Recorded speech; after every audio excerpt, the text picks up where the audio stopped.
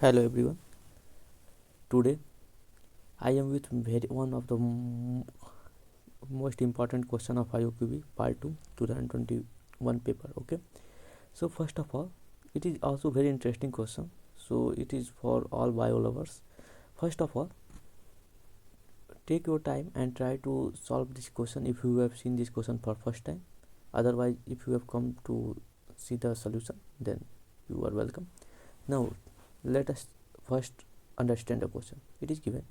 During an immune response, it has been shown that for many antigens, the antibody production depends on the cooperation between T lymphocytes and B lymphocytes. Some antigens are, however, capable of stimulating B cell for synthesis and secretion of specific antibodies in the absence of functional T cell. Basically, in first paragraph, it is given that in immune response, if any microbe enter in our body, there are two specific things. First, that we have T cell dependent immune response, or another is T cell independent. Basically, our B cell is responsible for our humoral immunity, that is, it produces antibody, and our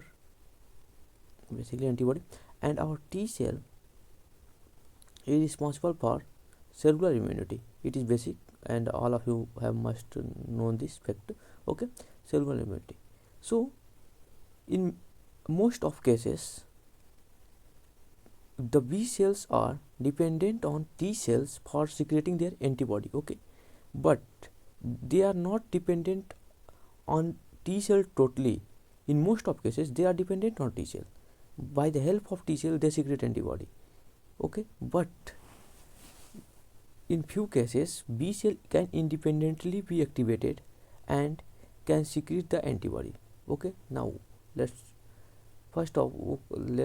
read another paragraph.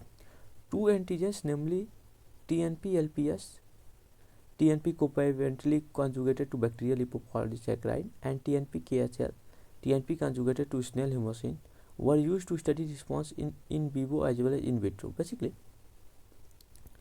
उसके बाद क्या किया गया कि दो antigen, ठीक है, दो एंटीजन का मतलब होता है anything that are foreign to our body और that particular object sample body and that can activate our immune system. देखिए, कोई भी फॉरेन से पार्टिकल हो, या बैक्टीरिया हो, या कोई फॉरेन पार्टिकल हो, या पैरासाइट हो, वो क्या होते हैं, हमारी बॉडी के लिए फॉरेन है. अब देखिए, फॉरेन को पहचानने का बहुत सारे तरीका होता है, एमएससी कंपेटिबिलिटी होता है, तो उस सब पे हम नहीं जाएंगे.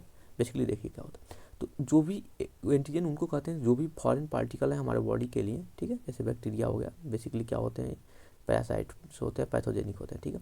तो जो टीएनपी एलपीएस होता है, ये क्या है, एक TNP tri nitrophenyl covalently conjugated to bacterial lipopolysaccharide, एक हम ए एंटीजन लिए, और दूसरा क्या लिए, TNP KHL tri nitrophenyl conjugated to snail hemocyanin ए लिए. हम इसको यूज़ किए एक रिसर्च में, बोथ इन विवो और इन विट्रो, ठीक है. उसके बाद क्या हो, in vivo experiment, in vivo का मतलब होता है आउटसाइड द लैब, ठीक है, और इन विट्रो मतलब लैब में, ठीक है. इन विवो में क्या किए हम लोग, when these antigen were tested in athymic mice. अब देखिए, एथीमिक माइस मतलब ये होता है कि ऐसे माइस जिनमें हम क्या किए हैं, थाइमस रिमूव कर दिए. अच्छा बताइए, अगर हम थाइमस रिमूव कर देते हैं तो वाट जो होता क्या है कि अगर थाइमस रिमूव कर रहे हैं तो थाइमस में क्या होता है, टी सेल का मैचुरेशन होता है. अगर हम थाइमस ही रिमूव कर दिए यानी टी सेल का मैचुरेशन होगा नहीं. अगर टी सेल का मैचुरेशन नहीं होगा तो यानी हमारा जो टी सेल है वह रहेगा ही नहीं. तो टी सेल का बी सेल का डिपेंडेंसी जो टी सेल पे था होगा ही नहीं. यानी इस केस में जितना भी एंटीबॉडी सिक्रेशन होगा वह टी सेल इंडिपेंडेंट हो जाएगा.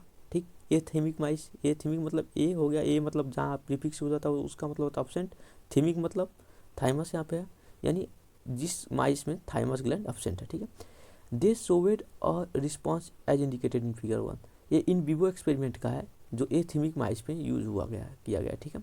दूसरा फिगर देखिए, in an in vitro experiment spleen का लिम्फोसाइट लिया गया है, ठीक है, और उसको हम लोग 2 डिफरेंट टेम्परेचर पे विथ और विदाउट हम लोग क्या किए, ओलिक एसिड के कल्चर किए, ठीक है। उसके बाद जो रिजल्ट है उसके हिसाब से हम लोग को क्या करना है, टिक करना है कि कौन सा स्टेटमेंट इस फैक्ट के आधार पर, यानी इस रिसर्च के आधार पे हम इसको डिड्यूस कर सकते हैं, ठीक है, यानी फाइंड आउट कर सकते हैं, ठीक। अब पहला स्टेटमेंट देखिए, पहले हम चाहेंगे कि एक इसका ओवरव्यू आप ले लीजिए ताकि आपको हेल्प मिले। अगर मान लीजिए कोई भी हम लोग के हैंड होगा वहाँ पे कट लग जाता है तो एंटीजन आ जाते हैं। एंटीजन क्या होंगे, एंटीजन क्या करते हैं, अब बॉडी के लिए तो फॉरेन पार्टिकल है, बॉडी तो उसको मारना चाहेगा, डैमेज करना चाहेगा। उसके लिए 2 इम्यूनिटी होती है। एक मान लीजिए पहले NK सेल, ये killer cell, natural killer cell क्या करता है, तुरंत क्या करता है, वो तलवार लेके खड़ा रहता है और एंटीजन को काट डालता है, ठीक है, यानी टुकड़ा टुकड़ा कर देता है उस सेल को, एंटीजन को, ठीक है। अब जब टुकड़ा टुकड़ा करके वो, देखिए ये मान लीजिए ये ब्लड वेसल है, ठीक है, ब्लड वेसल में जब एंटीजन टुकड़ा टुकड़ा हो जाएगा तो ब्लड फ्लो करते करते लिम्फ नोड तक जाएगा ही। लिम्फ नोड में क्या होते हैं, बी सेल होते हैं। बी सेल क्या होता है, हर एक बी सेल स्पेसिफिक होता है स्पेसिफिक एंटीजन के लिए, ठीक है। तो अगर स्पेसिफिक एंटीजन उस स्पेसिफिक बी सेल को मिल गया, ठीक है, जैसे देखिए एंटीजन आया, वह कई बी सेल के पास गया, कई बी सेल उसके लिए कंपैटिबल नहीं थे, वह उसके पास से हट जाएगा, उससे वो क्या करेगा, हिस्टो मतलब उसको कंपैटिबल नहीं है तो वो, जैसे देखिए इसमें मान लीजिए एक तरह से आप ये समझ लीजिए बेसिकली कि इसमें फंस नहीं पाएगा, ठीक है, इस शेप का नहीं है, देखिए। तो उसके अगर स्पेसिफिक बी सेल मिला उसके कंपैटिबल जो होगा उससे अगर वो क्या करेगा, वो कोऑर्डिनेट करेगा और क्या करेगा, वो बी सेल पार्टिकुलरली तब प्रोलिफरेट करेगा, यानी अपना संख्या बढ़ाएगा वो पार्टिकुलर बी सेल केवल, ठीक है। उसके बाद क्या होता है, अब यहाँ पे आ जाइए, एक इस कहानी को यहाँ रोकते हैं, अगली कहानी में आ जाते हैं। एक होता है एंटीजन प्रेजेंटिंग सेल्स, ये क्या हो सकते हैं, डेंड्राइट हो सकते हैं, मैक्रोफेज हो सकते हैं। ये क्या करते हैं, प्रोग्रामिंग से एंटीजन को किल करते हैं, ठीक है। ये क्या करते हैं, पहले एंटीजन को पकड़ लेते हैं, ठीक है। देखिए यहाँ पे NK सेल क्या कर रहा था, ब्रस्ट कर दे रहा था उस एंटीजन को, लेकिन ये पीछे ही ब्रस्ट नहीं करते हैं, वो क्या करते हैं, एक तरह से मान लीजिए आप एक चमचागिरी करते हैं, एक तरह से आप समझ लीजिए। और वो क्या करते हैं, सोचते हैं कि एंटीजन प्रेजेंटिंग सेल कि हम अपने मालिक को यानी T सेल को उसको प्रेजेंट करेंगे गिफ्ट के रूप में, तो क्या करते हैं, उसको पकड़ लेते हैं और T सेल के लिए पास ले जाते हैं। T सेल क्या करता है, जब T सेल भी स्पेसिफिक होता है स्पेसिफिक एंटीजन के लिए, APC क्या करते हैं, T सेल बारी बारी हर एक टाइप के डिफरेंट टाइप के T सेल के पास जाते हैं, जिसके कंपेटिबल होगा एंटीजन वह उसके साथ कोऑर्डिनेट कर जाते हैं, ठीक है। उसके बाद क्या होता है, जो ये T सेल होते हैं उसका तो प्रोलिफरेट करते हैं। मेन यहीं पे इसी को समझाने के लिए हम आपको यहाँ पे लाए हैं। देखिए जो T सेल होता है प्रोलिफरेट जो करता है, वह उसमें क्या होता है, फैटी एसिड का बहुत इंपॉर्टेंट रोल होता है। जो T सेल का प्रोलिफरेशन है, पार्टिकुलर प्रोलिफरेट करता है तो T सेल, उसमें बहुत इंपॉर्टेंट रोल होता है फैटी एसिड का, ठीक है। फैटी एसिड 2 प्रकार के होते हैं, सैचुरेटेड फैटी एसिड और एक होता है अनसैचुरेटेड। बेसिकली आप जानते होंगे सैचुरेटेड फैटी एसिड और अनसैचुरेटेड फैटी एसिड, ठीक है। सैचुरेटेड फैटी एसिड मतलब, सैचुरेटेड मतलब क्या होता है कि इसमें कोई भी डबल बॉन्ड नहीं है, अनसैचुरेटेड मतलब डबल बॉन्ड का प्रेजेंट या ट्रिपल बॉन्ड का प्रेजेंस है, ठीक है। तो सैचुरेटेड फैटी एसिड क्या करते हैं, इनहिबिट कर देते हैं T सेल के प्रोलिफरेशन को। यानी अगर सैचुरेटेड फैटी एसिड हम मीडियम में डाल दिए जहाँ T सेल का प्रोलिफरेशन हो रहा है, तो वह क्या होगा, प्रोलिफरेट नहीं कर पाएगा, यानी T सेल अपनी संख्या को नहीं बढ़ा पाएगा। अब देखिए यहाँ से अब आ जाइए उसी कहानी पे। ये T सेल जो डिपेंडेंट एंटीबॉडी रिस्पांस होता है, उसमें क्या होता है, जो T सेल प्रोलिफरेट करता है वो क्या करता है, बी सेल के पास जाता है और वो पार्टिकुलर बी सेल को भी एक्टिवेट करता है कि वो एंटीबॉडी सिक्रेट करे, ठीक। लेकिन अगर T सेल प्रोलिफरेट नहीं करेगा तो वह एक्टिवेट नहीं कर पाएगा बी सेल को। यानी इसमें अगर हम देखें ध्यान से तो एक सैचुरेटेड फैटिक एसिड का हमको अब्सेंस होना बहुत ज़रूरी है T cell dependent antibody response को जनरेट करने के लिए, ठीक। होप आपको अंडरस्टैंड हुआ वो। अब देखिए अब प्रॉब्लम क्या आ जाता है कि जो T सेल होता है, ठीक, जो T सेल होता है वह लैक करता है एसिटाइल कोएंजाइम A डिसैचुरेट, ठीक है। तो अगर एसिटाइल कोएंजाइम जो डिसैचुरेट है, जो देखिए इस वहाँ पे पार्टिकुलर क्वेश्चन में स्प्लीन लिम्फोसाइट लिया है, हम सभी T सेल का बात नहीं कर रहे हैं। जो स्प्लीन का लिम्फोसाइट होता है उसमें क्या होता है, एसिटाइल कोएंजाइम A जो डिसैचुरेट होता है, ये एब्सेंट होता है ये एंजाइम। अगर ये एंजाइम एब्सेंट है तो इसका फंक्शन ये होता है कि वो सैचुरेटेड फैटी एसिड को अनसैचुरेटेड फैटी एसिड में कन्वर्ट करता है। तो अगर सैचुरेटेड फैटी एसिड को अनसैचुरेटेड फैटी एसिड में कन्वर्ट कर देगा तो सैचुरेटेड फैटी एसिड रहेगा ही नहीं। अगर सैचुरेटेड फैटी एसिड नहीं रहेगा तो क्या होगा, टी सेल आराम से प्रोलिफरेट कर जाएगा। ठीक है। दूसरी बात, अनसैचुरेटेड जो फैटी एसिड होता है ये क्या करता है और प्रोग्रेसिवली क्या करता है, टी सेल का प्रोलिफरेशन करता है। यानी जितना ही ज़्यादा अनसैचुरेटेड फैटी एसिड रहेगा उतना ही ज़्यादा टी सेल क्या करेंगे, प्रोलिफरेट करेंगे। ठीक है। तब क्या करेगा, टी डिपेंडेंट एंटीबॉडी सिक्रेशन कराएगा। ठीक। उसके बाद देखिए, कोई भी हमारा जो एंजाइम होता है वह नैरो रेंज में काम करता है। ये बेसिक कॉन्सेप्ट है कि कोई भी एंजाइम हुआ वह नैरो रेंज के टेम्परेचर हुआ, पीएच हुआ, ठीक, कोई कॉन्सेंट्रेशन जो होता है उस इन्वायरमेंट का, उसमें एक पार्टिकुलर रेंज में ही काम करता है वो एंजाइम। उससे अगर ज़्यादा कॉन्सेंट्रेशन कर दिए या पीएच कर दिया, टेम्परेचर कर दिए, तो देखिए आप ग्राफ देखेंगे तो क्या होता है, बेसिकली इस तरह का ग्राफ होता है। नैरो रेंज में देखिए, सॉरी गलत हो गया, एक मिनट,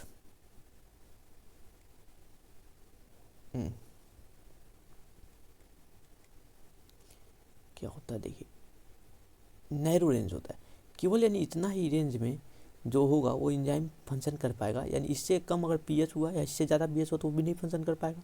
ठीक। यानी जो एसिटाइल को एंजाइम डिसैचुरेज है वो एक पार्टिकुलर रेंज में काम करता है अपना। ठीक है। अब इतना फैक्ट हम लोग को मालूम होने के बाद अब फिर से हम वापस क्वेश्चन पे आते हैं। अब देखिए क्या दिया हुआ। पहला फैक्ट क्या दिया हुआ है, TNP-LPS invokes T dependent antibody response. जो TNP-LPS है, ध्यान से देखिए, जो TNP-LPS है वह किस में यूज हुआ है। पहली बात, इस वाले फिगर को देखिए ध्यान से। TNP-LPS आपका पहले यूज हुआ है आपका एथिमिक माउस में। अगर TNP-LPS T dependent antibody response को जनरेट कर रहा है, टी डिपेंडेंट यानी उसमें टी सेल प्रेजेंट रहा होगा, तभी तो टी सेल डिपेंडेंट कर रहा है। यानी टी सेल प्रेजेंट रहने के लिए वहाँ पे थाइमस ग्लैंड का होना ज़रूरी था, लेकिन हम लोग यहाँ पे यूज़ क्या किए हैं, एथिमिक माउस, यानी जहाँ थाइमस ग्लैंड प्रेजेंट ही नहीं था। फिर भी थाइमस ग्लैंड प्रेजेंट न होने के बावजूद, यानी थाइमस ग्लैंड नहीं यानी टी सेल नहीं है, यानी टी सेल के न होने के बावजूद भी यहाँ पे एंटीबॉडी का प्रोडक्शन हो जा रहा है। इसका मतलब क्या हुआ कि जो एंटीबॉडी का प्रोडक्शन है यहाँ पे वह टी सेल के डिपेंडेंट न हो करके टी सेल इंडिपेंडेंट है। ठीक। इससे हम लोग इस फैक्ट को डिड्यूस कर लेंगे। लेकिन यहाँ पे क्या दिया, TNP-LPS इन्वोक्स टी डिपेंडेंट, यानी टी डिपेंडेंट नहीं होगा यहाँ पे, टी इंडिपेंडेंट होगा। ठीक है। तो ये स्टेटमेंट तो गलत हो गया। अब दूसरा आ जाती है बात, B lymphocyte are likely to lose membrane fluidity at high temperature. इसको देख लीजिए ग्राफ से। जो बी लिम्फोसाइट्स है, बी लिम्फोसाइट देखिए इस वाले में आ जाते हैं। इस वाले में दूसरा जो इन विवो वाला एक्सपेरिमेंट है, इन विवो वाला एक्सपेरिमेंट क्या है आपका, ये तो इथमिक माइस यूज नहीं हुआ, यानी इसमें बी सेल का इम्पॉर्टेंट है, यानी बी सेल है इसमें। अगर ये बी सेल डिपेंडेंट है तो देखिए बी लिम्फोसाइट जो है मेम्ब्रेन फ्लूइडिटी हाई टेम्परेचर पे लूज कर देना। देखिए 27 डिग्री, यहाँ देखिए 27 डिग्री सेल्सियस हो गया या 37 डिग्री सेल्सियस हो गया। तो जो सॉलिड लाइन है वो 37 डिग्री सेल्सियस को रिप्रेजेंट कर रहा है। तो देखिए सॉलिड लाइन जैसे ही टेम्परेचर हम बढ़ा रहे हैं वो एंटीबॉडी का कॉन्सेंट्रेशन घटते जा रहा है। अगर एंटीबॉडी का कॉन्सेंट्रेशन घट रहा है यानी बी एंटीबॉडी को सिक्रेट कौन कर रहा है, बी सेल। ठीक। लेकिन इससे अगर इतना हो, अगर हम केवल इसको ध्यान देंगे, इस फिगर को, तो हमको लगेगा कि ये स्टेटमेंट सही है। लेकिन अब इसको ध्यान से देखिए, अगर इसको देखें इस वाले TNP-LPS एंटीजन को, तो एंटीबॉडी में टेम्परेचर का कोई भी रोल नहीं आ रहा है। तो केवल इसको अगर हम लोग देख रहे हैं, कंसीडर कर रहे हैं, तो आंसर हमको लगेगा कि बात सही है। लेकिन अगर आप दोनों को रिलेट करेंगे तब आपको मालूम चलेगा कि जो बी सेल है वह का उसका टेम्परेचर पे कोई डिपेंडेंसी ही नहीं है, क्योंकि एक जगह वह सीक्रेट कर रहा है, कोई अंतर नहीं आ रहा है, बस एक जगह अंतर आ रहा है। तो एक फैक्ट हम लोग देते हैं वो यूनिवर्सल होना चाहिए, ना कि एक जगह एप्लीकेबल हो एक जगह ना। यानी यह भी स्टेटमेंट हमारा रॉन्ग होगा। देखिए ध्यान से देखेंगे तो केवल इसको देखेंगे तो आपको लगेगा कि हाँ स्टेटमेंट सही है, लेकिन दोनों को भी मैच करना चाहिए, सभी जगह वो एप्लीकेबल होना चाहिए इस ग्राफ में। ठीक है। अब देखते हैं तीसरे पे आ जाते हैं। Inclusion of folic acid in culture medium leads to antigen specific suppression in of immune response at 37 degree Celsius. अब देखिए ओलिक एसिड के एडिशन पे, यहाँ पे ध्यान से देखिए, ओलिक एसिड का कंसंट्रेशन हमारा बढ़ते जा रहा है और क्या हो रहा है, जो एंटीजन स्पेसिफिक सप्रेशन है, एंटीजन का जो स्पेसिफिक है वह देखिए 37 डिग्री सेल्सियस ही आपका हाई सॉलिड लाइन रिप्रेजेंट कर। देखिए ये क्या हो रहा है, ग्राफ डिक्लाइन कर रहा है, यानी जो एंटीजन का स्पेसिफिक है वो सप्रेस हो जा रहा है। देखिए एंटीजन देखिए अगर यहाँ पे दोनों ग्राफ हमको रिलेट करने की ज़रूरत नहीं है। देखिए क्यों नहीं ज़रूरत है, क्योंकि यहाँ पे एंटीजन स्पेसिफिक दिया हुआ है, यानी ये TNP LPS एक अलग एंटीजन है, TNP KHL अलग एंटीजन है, ठीक है। अब यहाँ पर आ जाइए, हाई टेम्परेचर पे यानी 37 डिग्री सेल्सियस पे जो ओलिक एसिड का अगर कंसंट्रेशन बढ़ा रहे हैं हम लोग, तो क्या हो रहा है, एंटीबॉडी घटते जा रहा है। अगर एंटीबॉडी घटते जा रहा है इसका मतलब इम्यून सिस्टम हमारा सप्रेस हो चुका है, यानी कमज़ोर हो चुका है। ये बात सही है, इसको डिड्यूस कर सकते हैं। और देखिए हम जैसा कि बी स्टेटमेंट दोनों ग्राफ को रिलेट किए थे, क्यों रिलेट किए थे, क्योंकि यहाँ पे कोई स्पेसिफिक एंटीजन का बात नहीं किया था, लेकिन इसमें स्पेसिफिक एंटीजन बात किया। और स्पेसिफिक मतलब दोनों अलग अलग एंटीजन, यानी किसी एक पे भी अप्लाई हो सकता है, ठीक। अब आ जाते हैं, यानी ये अपनी स्टेटमेंट आपका सही है। अब डी पे आ जाते हैं। It is likely that T lymphocyte lack the ability to synthesise unsaturated fatty acid. यही हम पीछे एक्सप्लेन किए थे आपको कि जो टी सेल होता है स्प्लीन का, वह क्या करता है, लैक करता है एसिटाइल कोएंजाइम में डिसैचुरेज, जिसकी वजह से यानी वो अनसैचुरेटेड फैटी एसिड को क्या करता है, सिंथेसिस नहीं कर पाता है, जिसकी वजह से उसका प्रोलिफरेशन जो होता है वो नहीं हो पाता है, ठीक। वही यहाँ पे अब देखिए वही स्टेटमेंट के रूप में दिया, it is likely that T lymphocyte lack the ability to synthesise unsaturated fatty acid, ठीक। यानी जो अनसैचुरेटेड फैटी एसिड होता है वो उसको सिंथेसाइज नहीं कर पाता है, ठीक। तो स्टेटमेंट डी जो है वो हमारा सही है। जो टी लिम्फोसाइट होता है, देखिए यहाँ पे क्यों ये इट इज़ लाइकली है, एक हो सकता है, ये यूनिवर्सल फैक्ट नहीं है, यानी हर एक टी लिम्फोसाइट लैक नहीं करेगा अनसैचुरेटेड फैटी एसिड का सिंथेसिस। केवल एक स्प्लीन लिम्फोसाइट, जो यहाँ पे एग्जाम्पल जिसका दिया गया है वो केवल स्प्लीन लिम्फोसाइट को लिया गया रिसर्च में, तो हम लोग केवल उसको कंसीडर करेंगे कि जो टी लिम्फोसाइट होता है वो लैक करता है ability to synthesise unsaturated fatty acid, ठीक।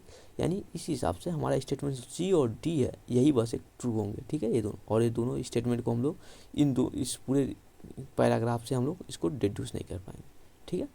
होप आपको ये वीडियो समझ में आया होगा टॉपिक।